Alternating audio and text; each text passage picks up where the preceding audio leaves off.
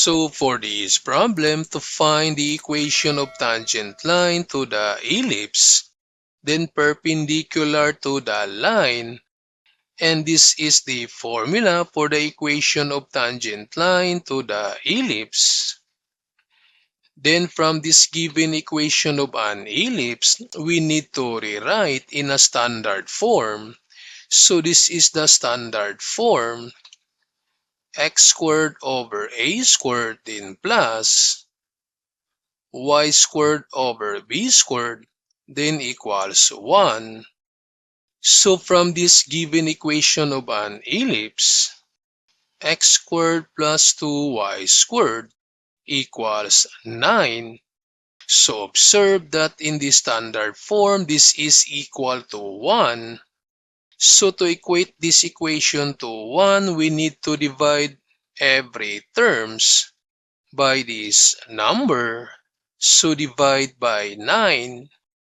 And this becomes x to the power 2 over 9 then plus. So in the standard form, there is no numerical coefficient or there is no numbers for x squared and y squared. So therefore, we need to bring down this 2 over 9.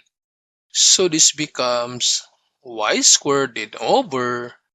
For the denominator, we need to take the inverse or the reciprocal of this 2 over 9. So this becomes 9 over 2. So over 9 over 2 then equals 1. So this is now the standard form for the given equation of an ellipse. Then from this standard form, so we can find now the values for a squared and b squared. So this is a squared and this one is b squared. So from this formula, so we have now the values for a squared and b squared. And in this time, we need to solve for the slope from the equation of this perpendicular line. 4x minus y equals 6. So to solve for the slope, we need to isolate y or solve for y. Since in the given y is negative, so we need to transpose to make this positive and transpose this positive 6 to the other side because we need to isolate y. So this becomes 4x minus 6 equals y, or y equals 4x minus 6. Then from the slope formula, so y equals mx plus b, and m is the slope.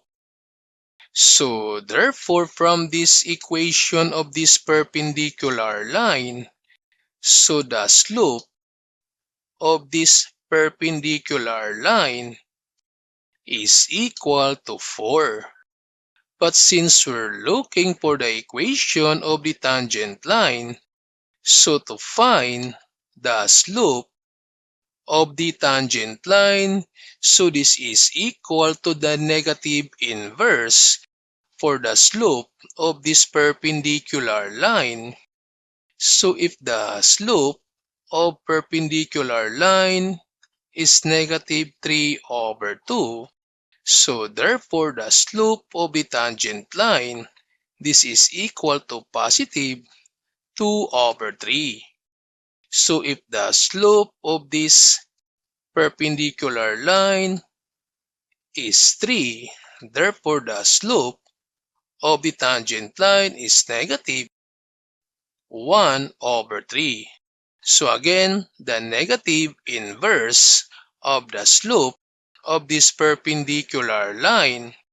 So from this equation, since the slope of the perpendicular line is positive 4, so therefore the slope of the tangent line is negative 1 over 4.